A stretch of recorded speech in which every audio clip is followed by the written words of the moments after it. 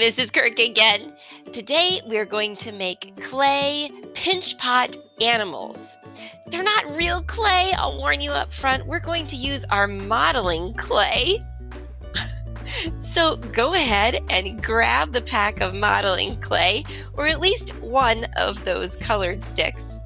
You're going to need something to work on, and I've set up this drawing board. I normally use it for drawing. It's a masonite board, and I put some parchment paper from the kitchen on top so that the modeling clay won't end up stuck somewhere I don't want it. This just makes it easy to work with, and I've got it laying in front of me.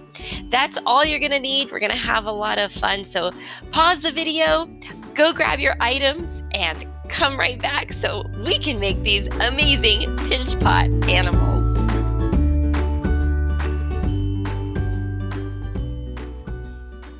Okay, so now you should have your clay and have your space set up in front of you, and we're going to go ahead and get started with the basics. I'm going to pull some clay off here. I'm thinking maybe I'll use the yellow for right now. You can see it has some of the other colors on it. It's fine, doesn't really matter. Now, this is modeling clay. Modeling clay is oil-based, it never dries, it cannot be baked, and it is very different than regular, real clay that comes out of the ground. Yes, clay is actually just mud when it's real. This stuff, not so real, more of a polymer consistency to it, which means it's plasticky. And when we say it has plasticity, or it is plastic, it means that it's malleable. It moves around. I can squish it and I can form it. Okay, so that's what you're going to start to do, is squish it and form it. First step, a ball. Roll your clay into a ball. Do not put it on the table for this step. Roll it between your hands. Your hands are squishy and soft and round. And once you have a ball, time to move on. Skill number 2. Let's turn this into a snake shape or a worm shape.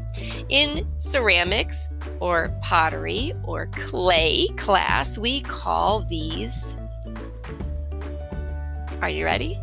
Coils. Yeah, I know, coils. So you can start by rolling it between your hands. You can even give it a little squeeze. First, think hot dog or a sausage. And you want it to get thinner and thinner and thinner.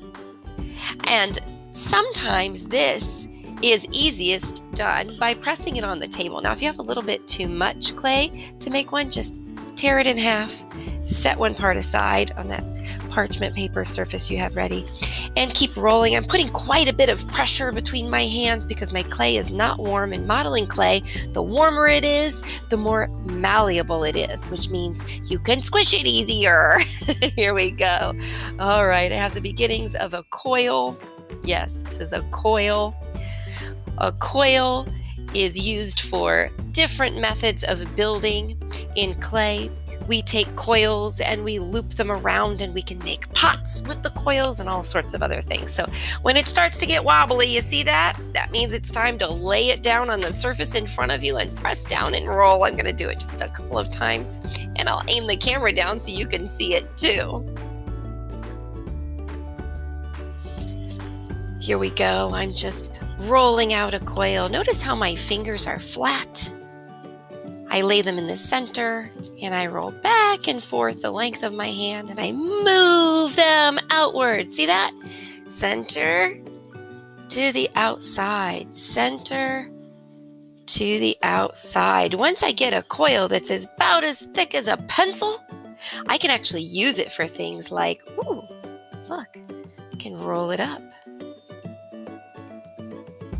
I can turn it into a snail shape. Or, like I was saying earlier, we often use coils to coil build, which means we actually stack them on top of each other, and they'll get thicker and thicker, and you can make a really tall, thick cup, or a pot is what we call it, out of clay using this method. So that was your second skill, coiling.